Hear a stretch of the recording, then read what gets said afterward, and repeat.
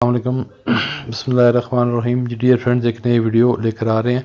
Today the topic is कि अगर आपकी कोई रेंटल इनकम है और फॉर सिंपलिसिटी पर्पस हम अभी ये एज्यूम करें कि आपकी सिर्फ सोल इनकम जो है वो रेंटल इनकम है, आपने को प्रॉपर्टी है वो रेंट आउट की हुई है, उसके ऊपर आपको किराया आ रहा है, तो उसकी टैक्स रिटर्न आईआरएस में कैसे सबमिट करेंगे। तो चलते हैं टॉपिक की तरफ। सबसे पहले आपने आईआरएस में लॉगिन करना है। लॉगिन करने के लिए आपका रजिस्ट्रेशन नंबर और पासवर्ड मौजूद होना चाहिए। एनटीएन आपका अगर नहीं बना हुआ तो उसके लिए वीडियो मौजूद है, उसको देख के अपना एनटीएन बना लें। और आज अब ये सीखें कैसे फ़र्स्ट टाइम हम आईआरएस में लॉगिन करके अपनी रेंटल टैक्स रिटर्न जमा करा सकते हैं। तो आईआरएस के अंदर लॉगिन करेंगे। CNIC नंबर, रजिस्ट्रेशन नंबर की जगह CNIC नंबर आएगा और पासवर्ड जो आपको रजिस्ट्रेशन के बाद FBR की तरफ से SMS और ईमेल के अंदर आया वो इधर लिख देंगे। इसको लिखने के बाद हम डायरेक्टली इनकम टैक्स रिटर्न का जो ब्लू बैकग्राउंड वाला एक मॉड्यूल है, जो टैब है, उसके ऊपर आएंगे तो आईआरएस का इंटरफेस ये आपके सामने आ जाएगा। तो we will click on file your income tax return. File your income tax return, चूँकि हमने एक इनकम टैक्स रिटर्न अपनी फाइल करनी है जिसमें आपकी सिर्फ रेंटल इनकम है।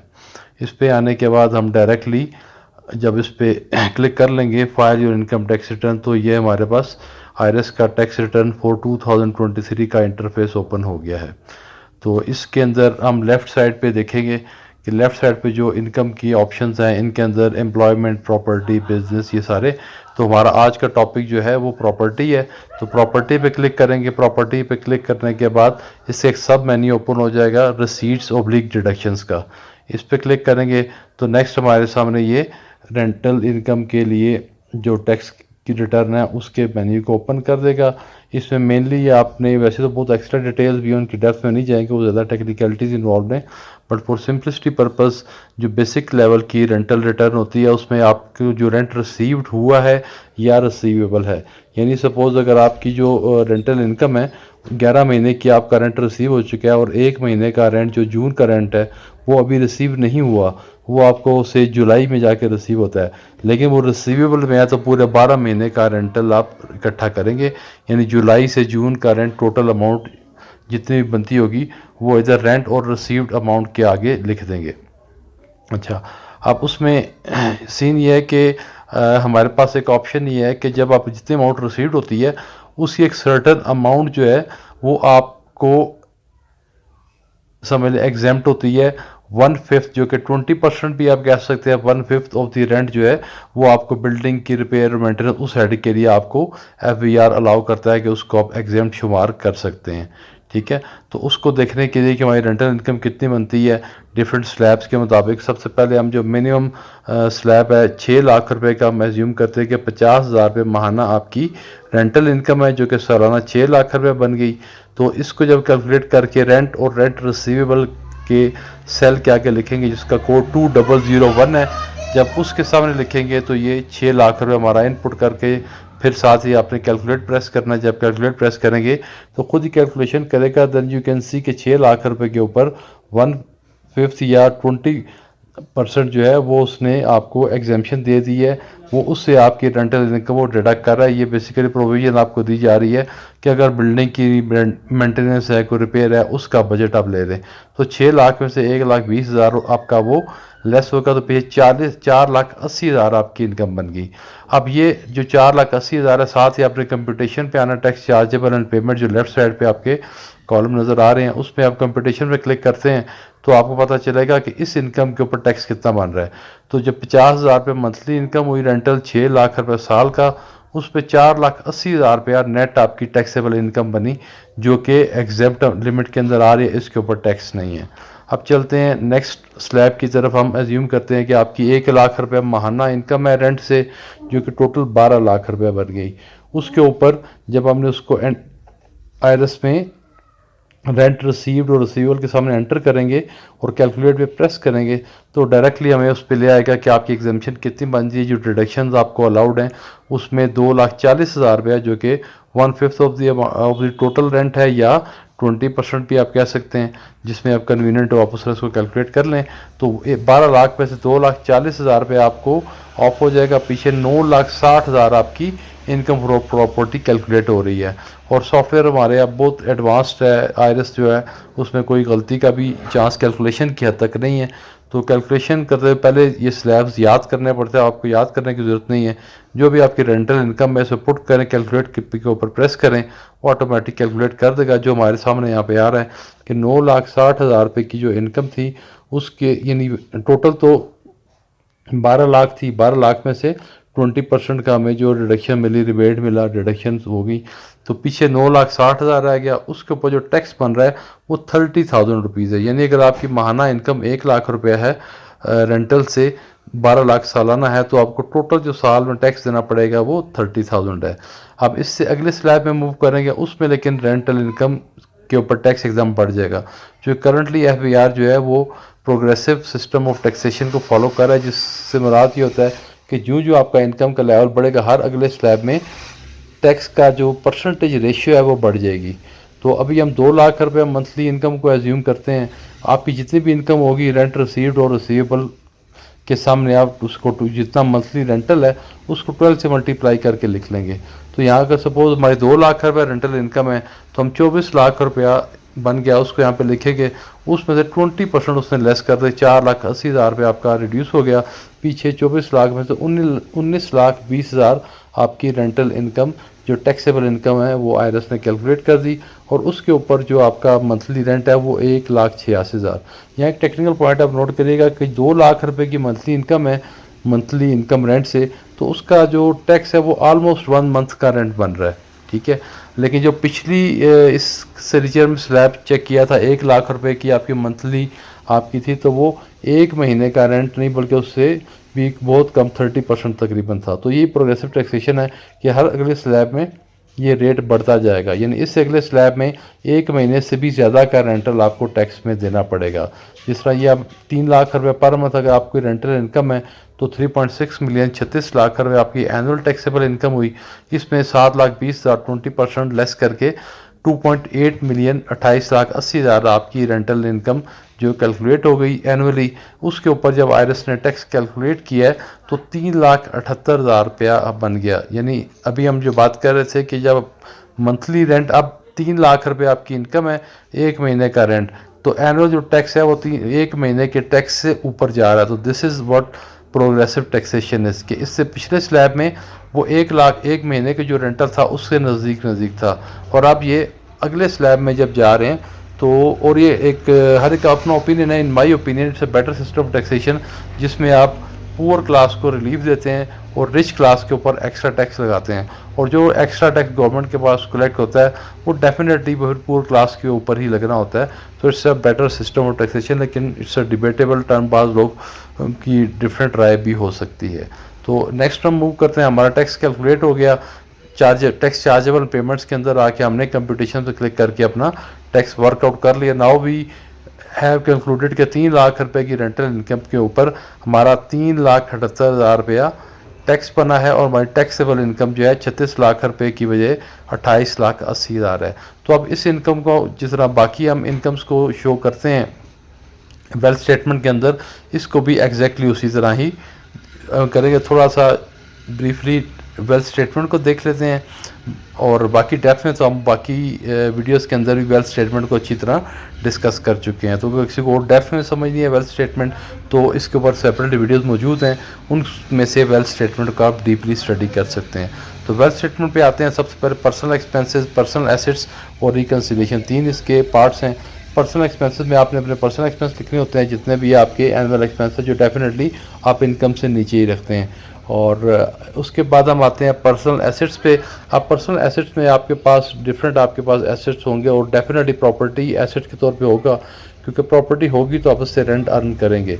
तो प्रॉपर्टी कमर्शियल रेजिडेंशियल दोनों प्रॉपर्टीज़ मैंने ज्यूम की हैं कि आपके पास 10 मरले का एक घर है और कोई कमर्शियल जिसकी वैल्यू जो है वो 2.5 करोड़ पे है, 25 मिलियन, और आपके पास एक कमर्शियल प्रॉपर्टी है जिसकी वैल्यू है 30 मिलियन, 3 करोड़ पे, और उन दोनों को ऐड अप करके 55 मिलियन 5.5 करोड़ की आपके पास प्रॉपर्टी है। तो इसको भी लिखने का, ऐड करने का तरीका डेप्थ में हमने बताया हुआ है दूसरी वीडियोस में। ब्रीफली बता दें कि जो प्लस साइन है इस पे आप सेलेक्ट करेंगे, इसको क्लिक करेंगे तो आपका उस मेन्यू ओपन हो जाएगा जो आपको अलाउ करेगा कि जितनी भी प्रॉपर्टी एक से लेके ऑनवर्ड जितनी भी ऐड करना चाहें आप प्लस करते जाएंगे तो प्रॉपर्टीज़ ऐड होती जाएंगी। उसके अलावा ये 3 मिलियन का एक और एसेट हमने मीज़ान बैंक के अंदर, आपकी कोई इन्वेस्टमेंट है, आपके डिपॉजिट्स हैं, सेविंग भी हो सकते हैं, करंट भी हो सकते हैं, किसी भी किस्म के आपके बैंक में डिपॉजिट्स हैं तो वो वैल्यू आप, और इसमें भी प्लस का साइन करके आप मल्टीपल अपने अकाउंट्स को यहाँ पे डिक्लेयर कर सकते हैं। उसके बाद आपके पास अगर कोई गाड़ियाँ हैं तो मोटर व्हीकल हमने एज्यूम किया है कि आपके पास एक गाड़ी है होंडा सिविक 2020 मॉडल, हमने उसका एज्यूम किया है, वैल्यू उसकी लिख देंगे 6.5 मिलियन। तो आप जो भी वैल्यू आपको बेस्ट जजमेंट है आपकी अपनी, आपने उसके मुताबिक उसकी वैल्यूएशन कर देनी है। जैसे डिफरेंट मेथड्स हैं कॉस्टिंग के, कॉस्ट वैल्यू के ऊपर भी है, मार्केट वैल्यू के ऊपर भी है, तो वो एक सेपरेट डिस्कशन हो जाएगी। उसके अलावा आपके पास कैश इन हैंड जितना मौजूद है वो आपने देख लेना। जो हमने इस केस में एज्यूम किया 9,75,000 सपोज आपके पास कैश है तो सारे एसेट्स को टोटल करके टोटल एसेट्स इनसाइड पाकिस्तान आपके पास जो आगे वो 65 मिलियन 6.5 करोड़ पे आपके पास है, जो कि मेनली आपके पास प्रॉपर्टी में से है। तो जब ये सारे एसेट्स को आप टोटल कर लेंगे, साथ साथ आपने जो ग्रीन कलर का कैलकुलेट बटन है उसको प्रेस करना नहीं बोलना, वरना डाटा आपका सेव नहीं होगा, और सेव नहीं होगा तो अचानक किसी भी वजह से अगर सिस्टम बंद हो जाए, लाइट चली जाए, या आईआरएस आपको लॉग आउट भी कर देता है जब बहुत ज़्यादा हैवी हो जाता है, ख़ास तौर पर जो last dates of tax return होती हैं तो उसमें आईआरएस तो बहुत ज़्यादा जिसे कह रहे हैं ना वापस से बाहर हो जाता है, और उठा के आपको बाहर फेंक रहा होता है और आपको दोबारा लॉग इन करना पड़ रहा होता है। और उसके लिए फिर ये कि आप कैलकुलेट और सेव का बटन साथ साथ दबाते रहें ताकि डाटा आपका सेव हो जाए। तो नेक्स्ट स्लाइड पे आते हैं कि किस तरह हमने एसेट्स जो हैं ये हमने तफसील से देख लिया कि प्लस साइन करके हमने कैसे जो है ये प्रॉपर्टी, जैसे 55 मिलियन की हमने प्रॉपर्टी ऐड कर ली है, 25 मिलियन की एक प्रॉपर्टी और 30 मिलियन की एक और प्रॉपर्टी है, और प्लस साइन दबा के आप प्रॉपर्टीज़ को अपनी ऐड कर सकते हैं। So this is the page personal assets के बाद नेक्स्ट हम पेज पे आएंगे रिकन्सिलेशन ऑफ नेट एसेट, और ये लास्ट पेज है रिटर्न का कि जिसमें आप अपने वेल्थ को रिकनसाइल करते हैं, वेल्थ को और आपकी इनकम और एक्सपेंसेस को। तो इसके अंदर आपके पास सबसे जो पहली फिगर होती है नेट एसेट्स करंट ईयर, जब आपने अपना पर्सनल एसेट्स का डाटा फिल कर लिया तो टोटल एसेट्स यहाँ पे कैलकुलेट होकर पहले से लिखे हुए हैं। इस पेज के ऊपर आपने ज़्यादा काम नहीं करना होता, जो करंट एसेट्स हैं वो सारे आप लिखे हुए आ गए हैं, और प्रीवियस एसेट्स का सेल इस केस में खाली नज़र आ रहा है क्योंकि ये फर्स्ट टाइम रिटर्न फाइल हो रही है तो इसलिए ये खाली है। अदरवाइज़ जो पिछले सालों में आपने एसेट्स डिक्लेयर किए होते हैं वो यहाँ पे ऑटोमेटिकली बाय डिफ़ॉल्ट लिखे आ रहे होते हैं। नेक्स्ट जो काम हमने इस पेज पे करना है, income declared as per return for the year subject to normal tax. ये इसका सेल का रेफरेंस है 7031। इसके सामने आपने वो अमाउंट रेंटल इनकम की लिख देनी है जो आईआरएस में आपकी कैलकुलेट हुई है पूरे साल का किराया, जिसमें से 20% लेस करके जो इनकम आपकी बनती है उसकी एडजस्टमेंट करके जो आईआरएस आपको कैलकुलेट करके दे रहा है वो रेंटल इनकम आप यहाँ पे लिख देंगे। और ये नीचे आपको और साथ आपके आउटफ्लोज में से पर्सनल एक्सपेंसेस हैं जो इस केस में हमने एज्यूम किए हैं कि 2.4 मिलियन है। इसको आपने अपनी रेंटल या जो भी इनकम है उससे डेफिनेटली थोड़ा सा नीचे रखना होता है कि ज़ाहिर इंसान जो कमाता है उसी में से आपकी स्पेंडिंग होती है। तो हमने एज्यूम किया कि 2.4 मिलियन इज़ दी एक्सपेंस, जो कि पर्सनल आपका एक्सपेंस है। तो उसके बाद आपने इसको साथ साथ कैलकुलेट करना है। जब कैलकुलेट के बटन पर प्रेस करेंगे तो हमारे पास एसेट्स की आपके पास वैल्यू जो है वो टोटल होके सामने आ रही होगी कि टोटल एसेट्स की वैल्यू कितनी है। अच्छा, अब ये हम देख रहे हैं कि 28,80,000 ये वो अमाउंट है जो हमारी रेंटल इनकम की बनी थी। इसको हमने income declared as per return for the year subject to normal tax 7031 के सामने लिख दिया। जब इसको लिख देंगे अब हमारी इन्फॉर्मेशन सारी पूरी हो चुकी है। सिर्फ लास्ट में अब आपके पास जो चीज़ रह गई कि आपकी जो अनरिकनसाइल्ड अमाउंट है टैक्स रिटर्न में आईआरएस में आपने जो अपनी अनरिकनसाइल्ड अमाउंट है उसको ज़ीरो करना होता है। जब तक अनरिकनसाइल्ड अमाउंट ज़ीरो नहीं होगी आपकी रिटर्न सबमिट नहीं होगी। तो ये हम देख सकते हैं कि जो अनरिकनसाइल्ड अमाउंट है जो इस पेज के सेकंड लास्ट सेल में 703000 के साथ आ रही है, इसमें 69,69,095,000 फिगर लिखी आ रही है। आपने स्ट्रेट अवे इस फिगर को उठा के ऊपर जहाँ पे net assets for the previous year है उसके सामने आपने उसको पुट कर देना है। आप देखिए हमने जो नेक्स्ट वीडियो स्लाइड में आपको शो कर रहे हैं कि अनरिकनसाइल्ड की अमाउंट उठा के जब हमने नेट एसेट्स प्रीवियस के अंदर लिख दिया और कैलकुलेट जो ग्रीन बटन है प्रेस किया तो अनरिकनसाइल्ड अमाउंट ज़ीरो हो गई। तो जब आपकी अनरिकनसाइल्ड अमाउंट ज़ीरो हो गई इट मीन्स आपकी बैलेंस शीट बैलेंस हो गई है, वेल्थ रिकनसाइल हो गई है। अब आप रिटर्न को सबमिट कर सकते हैं। हाँ, इसमें एक चीज़ जो स्किप हो गई कि जब आप का जो टैक्स बनेगा, जो इस केस में 3,78,000 समथिंग बना, वो आपने पे कैसे करना है। उसको पे करने के लिए आपका वो आपको एडमिटेड टैक्स के सामने शो हो रहा होगा कंप्यूटेशंस में। तो आपने प्रिपेयर PSID, अब इस साल से उन्होंने ये ऑप्शन दे दिया है कि आप जो चालान बनाने के लिए सेपरेट आपको वर्किंग नहीं करनी पड़ेगी। एडमिटेड टैक्स बनाया यहाँ पे सामने मौजूद है। आप प्रिपेयर PSID पे क्लिक करेंगे। जब प्रिपेयर PSID पे क्लिक करेंगे तो आपके पास वो चालान जनरेट हो जाएगा। तो जब डाटा सारा पूरा हो गया आप इसको आप सेव कर लें ताकि डाटा जो है वो सेव हो जाए और आपने फिर सबमिट के लिए आना है। चालान भी आपने डेफिनेट जमा कराना है और पिन अगर आपको याद है तो यहाँ पुट कर लें, नहीं है तो चेंज पिन करके आप अपने पिन को दोबारा से वो जनरेट कर लेंगे, सेव करेंगे, सबमिट करेंगे, प्रिपेयर PSID पे क्लिक करेंगे ताकि चालान जनरेट हो जाए।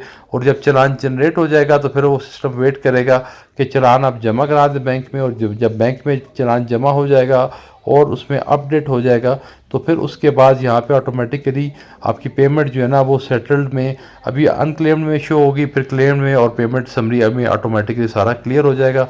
उसके लिए आप पेमेंट के स्लैब जो सामने नज़र आ रहा है ऊपर, उसके ऊपर क्लिक करेंगे तो पेमेंट का ऑप्शन भी आपका मैनेज हो जाएगा।